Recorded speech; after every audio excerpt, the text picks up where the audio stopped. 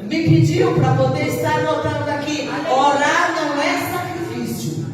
Orar é ter o privilégio de conversar com o dono do universo.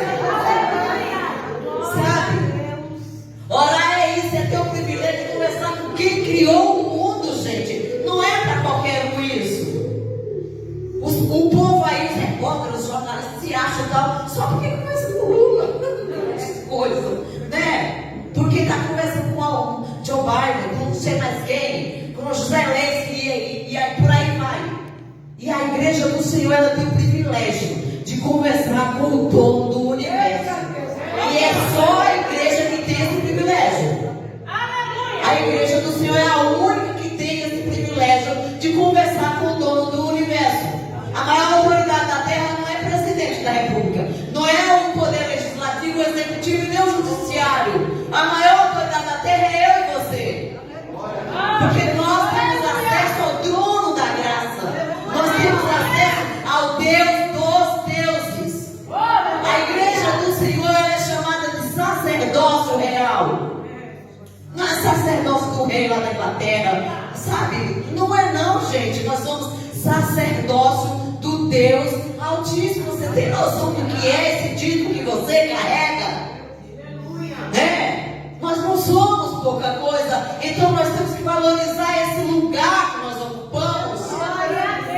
Nós temos que fazer jus o título que nós carregamos. E aí nós vamos ver.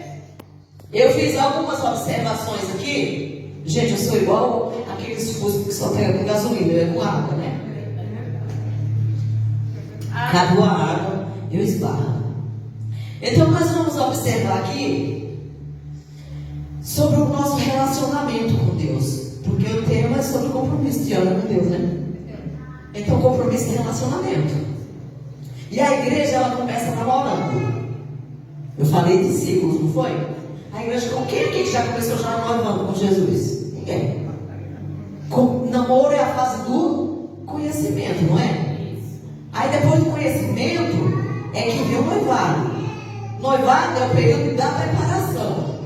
Então muitos aqui já estão noivos e muitos estão namorando ainda, porque estão conhecendo a Jesus.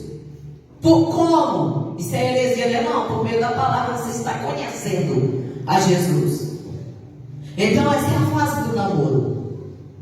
E aí depois, quando nós conhecemos, nos aprofundamos na palavra de Deus, a gente descobre que a gente precisa estar preparado para o casamento. A gente precisa estar preparado, como um noivo e uma noiva se preparam na atualidade para poder casar.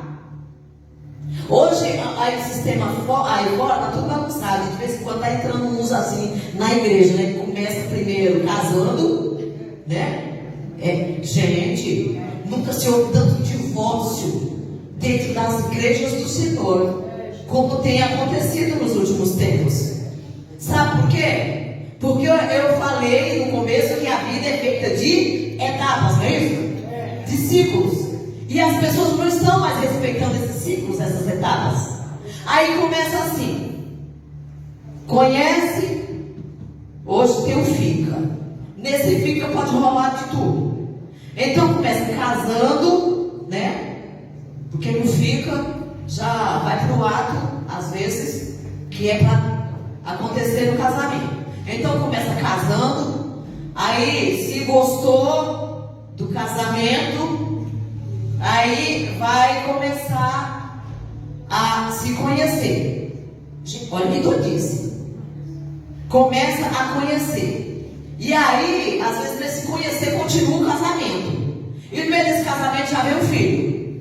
E o noivado já a gente não sabe para onde ficou. Aí mistura noivado, casamento e namoro, tudo junto. Ali cria filho, ali se adapta no casamento, ali prepara, compra o armário que casou sem ter o armário, compra o guarda-roupa porque está sem o guarda-roupa, está colocando a roupa dentro da caixa, e vira assim, aí como dizia a minha bisavó, aquele cu de caroço, e a gente já não sabe mais onde foi que ficou o casamento, aonde foi que ficou o noivado e aonde é que está o namoro. Mas na presença do Senhor, ninguém consegue, presta atenção, igreja, ninguém consegue consegue casar sem antes conhecê-lo. E conhecendo também não casa sem se preparar. É necessário conhecer primeiro. Conhecendo vai haver uma preparação para um grande arrebatamento. Então, na presença de Deus, ninguém passa a perna nele. Sabe? Tem escola bíblica, tem ensino, é o momento de você estar namorando, conhecendo o teu namorado, o teu noivo. Porque você não vai passar por a etapa, não. Você vai ter que conhecer. E às vezes a gente não quer conhecer na teoria, não, pastora. Quer conhecer na prática. E na prática é pior. Porque aqui nós estamos, eu estou passando o teórico para vocês. Mas em cima disso daqui, o grande mestre vai vir com a prática. Ele está ensinando para nós aqui nessa noite como proceder, como não pular etapas, seguir tudo direitinho. Porque ele vai chegar a hora que ele vai querer essa aula teórica e prática, e nós vamos ter que dar a melhor nota na avaliação. Porque se não for aprovado, volta para lá de novo, vai conhecer tudo de novo, vai passar por todo o processo para poder até ser aprovado. Ninguém parte daqui da terra sem primeiro ser aprovado pelo seu Senhor, né? Porque o povo tem uma facilidade muito grande de aceitar, sabe, irmão Silvio, pastor Silvio, de aceitar Cristo como Salvador, mas como Senhor. Ah, meu Pai, o negócio pega, né? Porque o senhorio de Deus dói nas nossas vidas. O senhorio de Deus nos faz renunciar, nos faz deixar toda a nossa vaidade de lado, deixar todo o nosso eu, sabe, todo o nosso egoísmo, todo o nosso orgulho, né? E aí nós vamos ver que precisa ter relacionamento. Eu anotei uma observação aqui. Precisamos, já falei isso daqui, honrar o título que nós recebemos, que é o título de igreja. Então nós vimos aqui, namoro, noivado. Então você está no noivado, está se preparando, mas prepara bem preparado para poder não te pegar de surpresa, né? Igual as 10 virgens. E aí nós vamos entrar na mensagem aqui. Nós vimos que a passagem que nós lemos, o texto que nós lemos em 1 Samuel, começa dizendo o quê? Que Eucana é filho de fulano, de fulano, de fulano, não é assim? O que é isso? Identidade. De quem é que nós somos filhos? Né? Eu sou filha de Manuel Gaspar com Ana Alves Ribeiro. Eu sou filho de Severino com Rizonaldo. Eu sou filho mas não está falando disso. Está falando da filiação paterna espiritual. Será que nós somos realmente filiados? Nós temos identidade do céu? Nós vivemos a cultura do céu? Nós precisamos, como igreja, nos identificar como tal. Porque lá fora, o mundo, a Bíblia diz que jaz no maligno. Então nós, como igreja do Senhor, nós temos uma identidade. Nós temos uma identidade para poder apresentar para quem não conhece a Deus ainda. Então por isso nós vimos que todas as pessoas de Israel, o nome delas tinha a ver com alguma coisa na vida delas. Algo importante, um nascimento em uma determinada situação, o nome sempre é muito importante para a nação de Israel, para o povo de Israel, para o povo hebreu. E nós vamos observar aqui que a primeira coisa que nos chama a atenção no texto é a identificação de Eucana.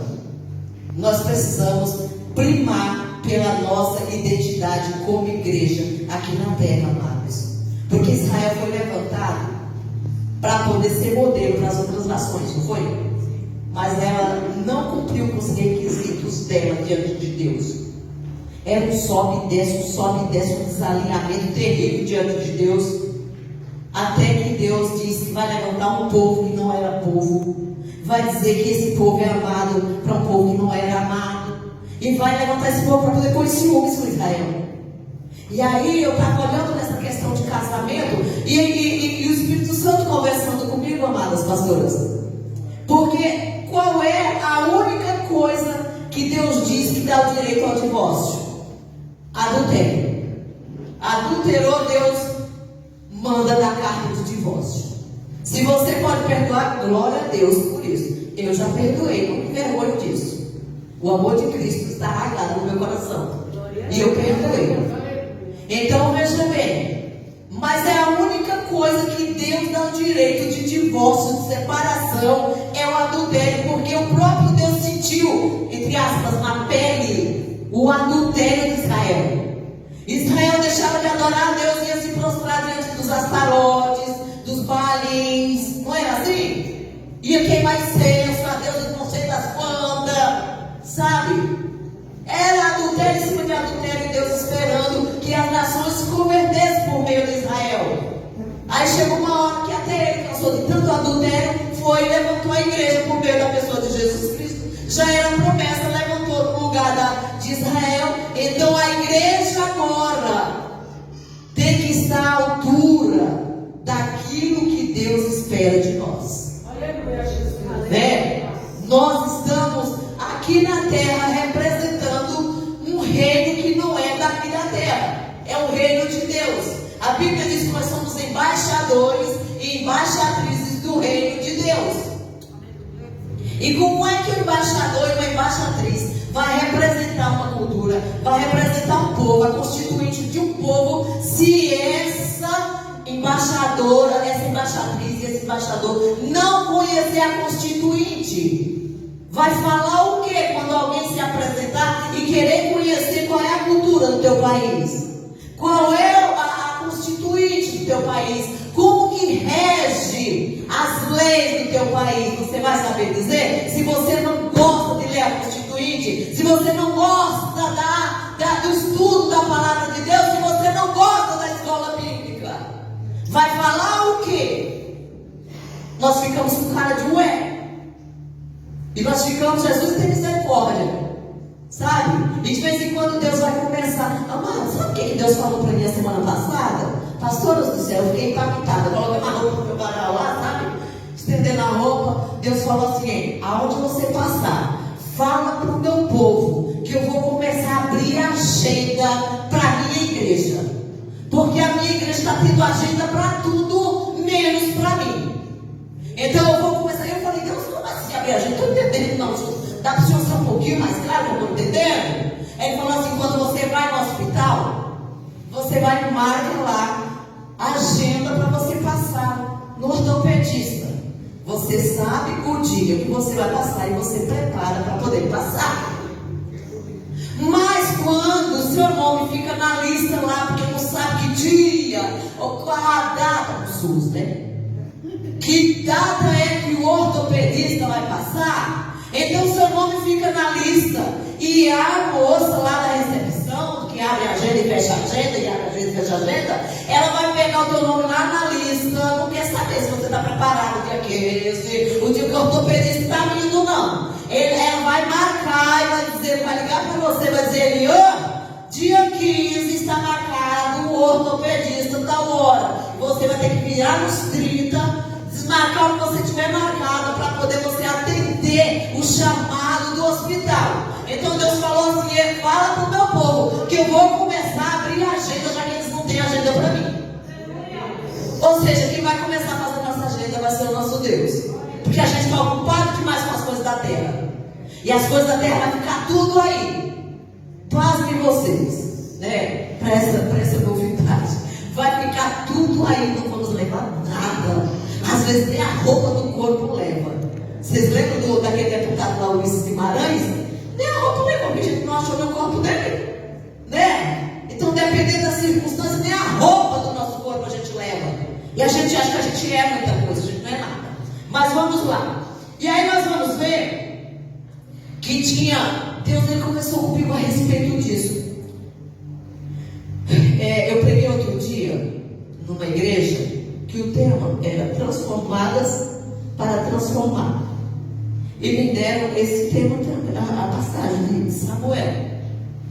E aí Deus falou bem assim: Ana era transformada para poder depois transformar toda uma nação por meio do projeto que eu tinha na vida de Ana.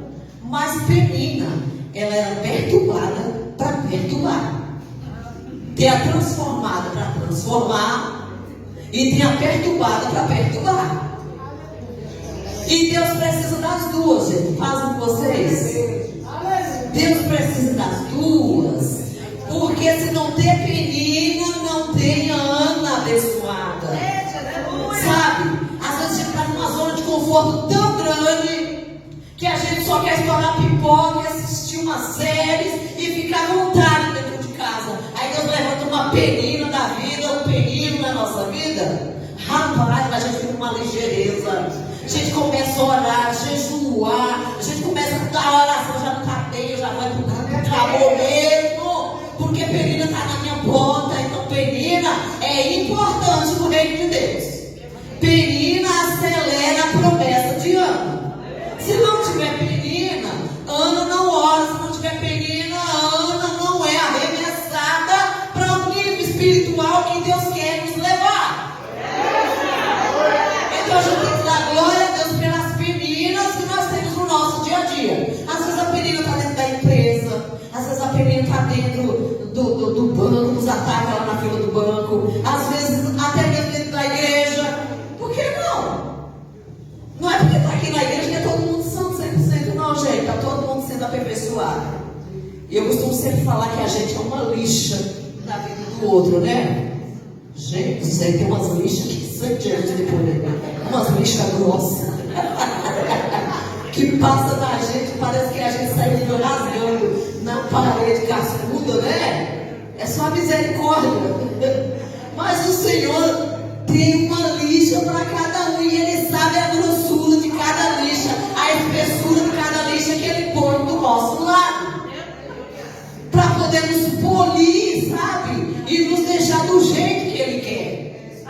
Vocês estão pensando que, esse público não veio para mim bonitinho desse jeito, gente. Veio lá dentro do mato, novidade, né? Veio lá dentro do mato todo cascudo, cheio de umbigo, cheio de casco, cheio de tudo. Passou pela marcenaria, foi tanta lapidação, sabe? Foi aplainando, foi verniz, foi lixa. E aí teve uns apetrechos bonitinhos aqui, para poder ficar bonito. E aí a gente quer ficar bonito na presença de Deus da noite pro dia, gente. Sem passar pelo descasque, que a gente tem umas cascas grossas da nossa natureza pecaminosa. Nós temos. Outro dia eu ministrava e falava, gente, a gente ainda carrega de vez em quando. A gente precisa expulsar a síndrome luciferiana de dentro da gente. Sabe? A gente é egoísta, a gente é contenteiro, a gente é encrenqueiro. Sabe? A gente é cheio de razão. Não, porque eu é que tenho razão, você viu, né, pastor Silvio? Porque eu falei pra ela que tinha que ser assim, mas ela não me ouviu. Aí veio desse jeito, deu o que deu, pastor Silvio. É por isso, sabe? Então é a gente, sabe? Deus, ele traz umas lixas mais grossas, traz umas mais finas. Quando já passou a grossa, ele vem com a fina, sabe? Depois ele traz aquela que ainda está servenizada, para deixar a gente bem bonita, brilhando, né? Assim, pronto para ser usado na casa do Senhor. Porque todo mundo quer ser usado na casa do Senhor, mas ninguém quer ser lixado, ninguém quer ser descascado, ninguém quer ser polido, ninguém quer que passe o verniz para ficar brilhando. A gente só quer ser usado, né? E aí nós vamos ver que Penina perturbava, gente. Ana subiu para adorar e Penina para perturbar. Se vocês observarem aqui, era isso, não era assim? Todo ano, Ana subia para Siló junto com Eucana para adorar. Mas a sua rival subia para perturbar, gente. Pode uma coisa dessa? Uns subirem para adorar e outros subirem para perturbar. É boa uma coisa dessa, como diz a juventude aí fora? Como é que pode? Né? E aí nós vamos observar que ela subia para perturbar a Ana, mas Penina era a mola propulsora, sabe aquela mola que bate assim, que as pessoas batem assim e arremessam o negócio para cima? Penina era essa pessoa na vida de Ana. Se não, a Penina não perturbasse tanto ela não tinha estado preparada no futuro, projetão que Deus tinha na vida de Ana, gente. A gente observa aqui o cenário de Israel que estava capengando espiritualmente. Eli estava numa situação que logo a gente continua lendo o livro de 1 Samuel, a gente vai ver a bagaceira. Ele não adulterou, ele não tinha idolatria, ele não fornicou, ele não fez, não teve nem, sabe, não saiu na mão com ninguém. Ele era um sacerdote abençoado, né? Porém o pecado de Eli era omissão, ele era omisso. Ele fazia o papel de sacerdote perante Israel, mas os filhos dele se andavam na casa do Senhor. Fazia o que bem entendia. Sabe, tipo, eu sou o filho do sacerdote, eu posso dar licença, porque eu sou filho do sacerdote. Só que filho de sacerdote que se não se alinhar com o céu, vai para o inferno do mesmo jeito dos outros.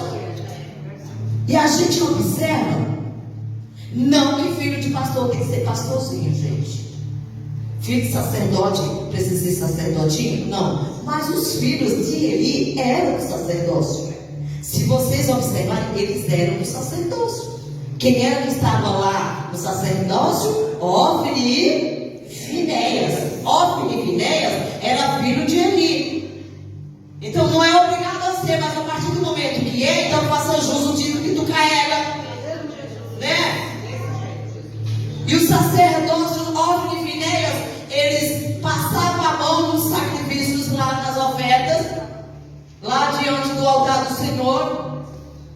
E além disso, ainda ficava com a perica deitada na frente do templo da casa do Senhor em Siló, porque tinha umas piricrentes lá. Se você ler, você vai descobrir que tinha umas piricrentes que não podia ver filho de sacerdote, que já queria, né, uma coisa de doido. Então a gente vê que o problema do Eli foi esse, omissão na casa do Senhor. E aí a gente vê que Ana sobe. A gente vê que foram muitos anos, aproximadamente 25 anos de oração, para poder o Senhor responder.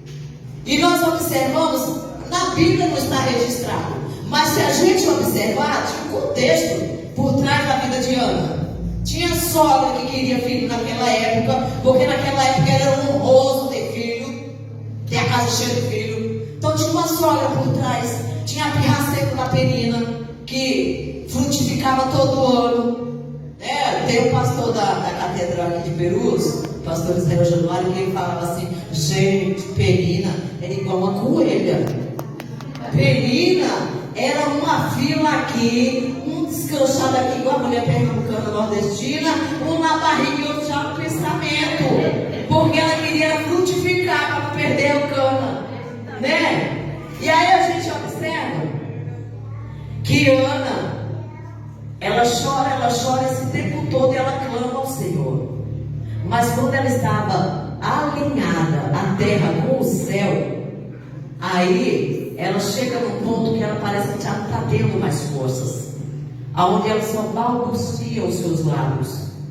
E tem momentos na nossa vida que a gente chega a esse ponto, a gente já não sabe mais o que falar diante de Deus. Fala: Senhor, já verbalizei tudo que eu tinha para verbalizar com o Senhor. Eu já falei tudo que eu tinha para falar. Acabou minha oração. Tem mais não, Senhor. Secou o poço. E é nessa hora que o céu responde, porque Ele conhece a nossa estrutura. Ele sabe até onde a gente suporta. Ele sabe até quando a gente está fazendo manha.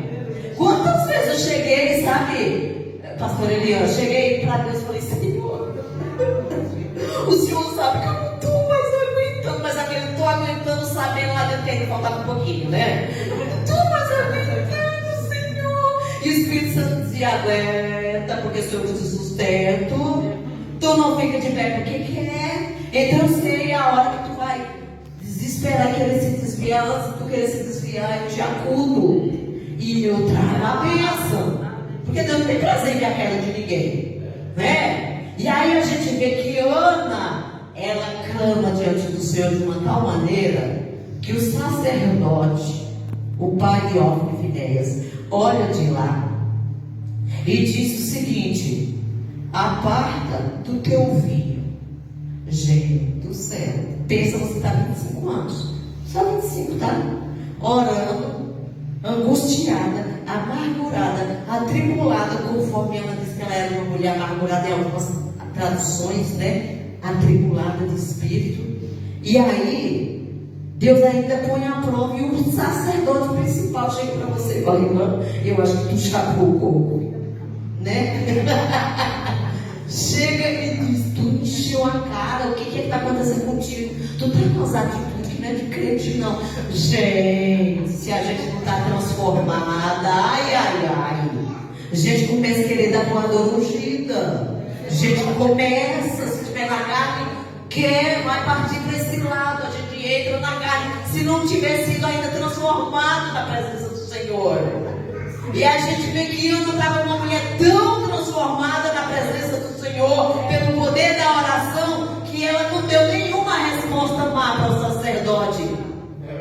Ela chegou para ele e falou: não, meu Senhor. Olha que delicadeza. Isso só mulher cheia do Espírito Santo tem uma palavra dessa para dizer numa hora dessa, gente.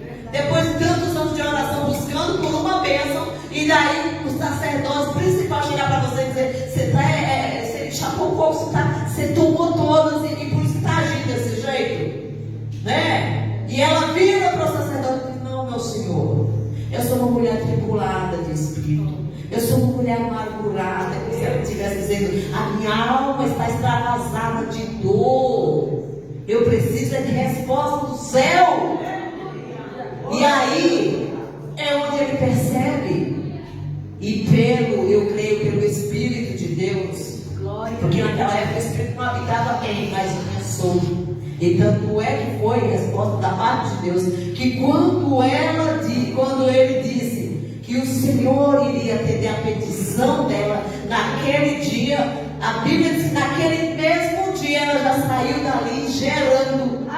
Não porque ela já se relacionou com Eucana, seu marido, ali na terra. O relacionamento dela na primavera foi com o céu primeiro, e depois com Eucana, para poder confirmar aquilo que Deus havia prometido por meio da boca do sacerdote. Por isso que ela saiu dali já gerando. E aí nós vamos observar, quando foi que Deus ouviu a oração de Ana? Ele ouviu o tempo todo, mas respondeu, né? Existe o ouvir no sentido de ouvir, e existe o ouvir no sentido de atender, de responder. E Deus, ele responde justamente quando a vontade de Ana casou com o altar. Porque se a palavra de Deus diz que a gente pede e não recebe porque pede mal. Ou eu estou pedindo mal. Aí ele completa: porque pede para gastar nos seus próprios deleites. Ou seja, de acordo com a tua vontade. Eu quero, Senhor, porque olha, eu vi, Senhor, como o povo me olhou o tempo todo, porque eu não tinha filho. Pois eu quero que o Senhor me dê um filho para me esfregar na cara da minha sogra, para esfregar na cara da penina, essa coelha. Eu quero para isso, Senhor, para esse filho. Deus fechou, continuou com a madre fechada. Mas quando ela disse: se o Senhor me der um varão, eu entrego para o teu altar.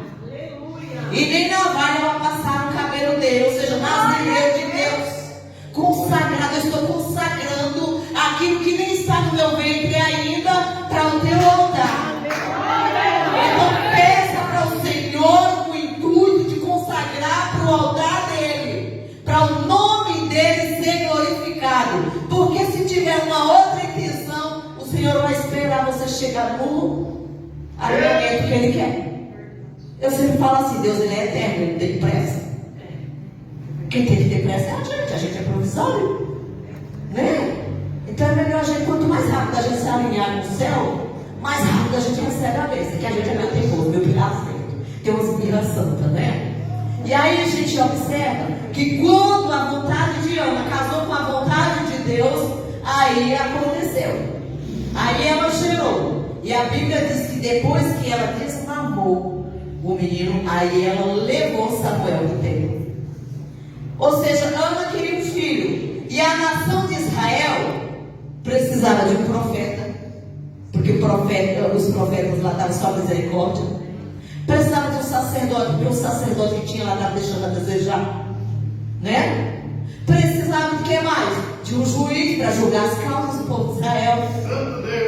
E aí, de lambujo, eu falo que é de lambujo, né? Deus ainda trouxe um escritor, porque nós vimos que a primeira parte do livro de Samuel, a gente conhece que foi Samuel que começou a escrever, e depois o profeta Gad e o profeta Natan terminou de escrever os livros de primeiro de Samuel.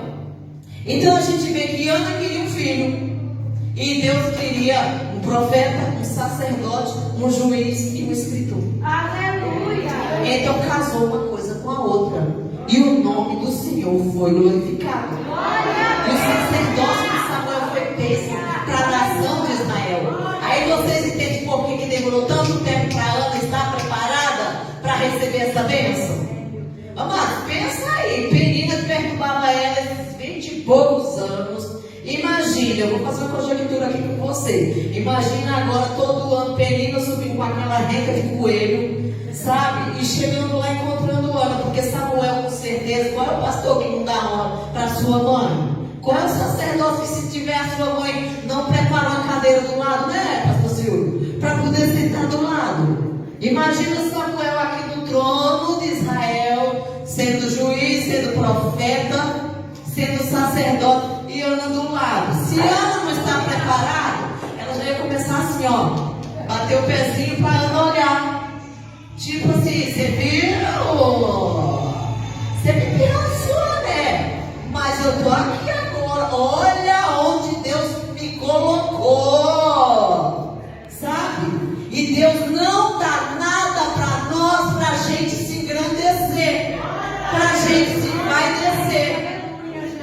Tudo que Deus nos dá, desde, eu falo assim, desde a agulha até a mais alta patente que Ele dá, é para o nome dele ser glorificado. Não é para a gente se crescer, não.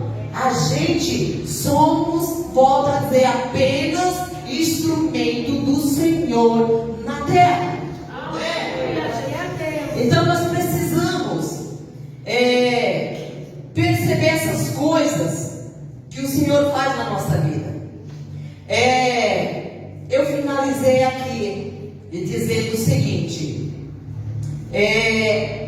Ana, ela foi transformada, ou seja, preparada para, por meio do fruto do ventre dela, transformar toda uma nação. Gente, às vezes a gente está aqui, eu estou aqui participando, meu Deus, eu não sou ninguém na terra, porque às vezes também a gente quer ser aniquilado demais, né? A humildade chega de forma tão exagerada que a gente já se coloca até como formiga no reino de Deus. Deus não tem formiga no reino dele, Deus tem instrumento, né? No reino dele, para poder ele agir por meio da gente aqui. Então, às vezes a gente não tem noção de quem está do nosso lado, o tamanho do projeto que tem na vida de quem está do seu lado. Quantas pessoas não subiu com Ana para Siló todo ano? Quem era que imaginava que Ana ia ser a mãe daquele que seria profeta, juiz, sacerdote, escritor? Ninguém. Talvez alguém até maltratou, ajudou a Penina a tirar a casquinha também, sabe? Então nós temos que prestar atenção, amar a todos, sem fazer acepção de pessoas, né? Porque Davi estava lá no pasto, os irmãos de Davi estavam na guerra. Mas quem foi que Deus escolheu para ocupar o trono de Israel? Não foi quem estava preparado para a guerra. Deus chamou quem estava lá no pasto, porque ninguém não dava muita coisa. Até para consagrar foi uma labuta, foi preciso ficar esperando ele vir lá do pasto para poder chegar, ninguém sentar à mesa, enquanto esse mais novo não chegar para poder ser ungido, né? Enquanto o menor não chega. E às vezes a gente despreza o menor na casa do Senhor, porque o menor já está há 10, 15 anos orando e não recebeu ainda. E aí a gente acha que é porque ele é estéril, que ele não frutifica mesmo. Começa a desprezar, daqui a pouco Deus vai, puf, e desabrocha da noite pro dia, e fica todo mundo com cara de ué, mas não era ela que nem orar tem coragem. Quando o pastor Silvio chamava em cima da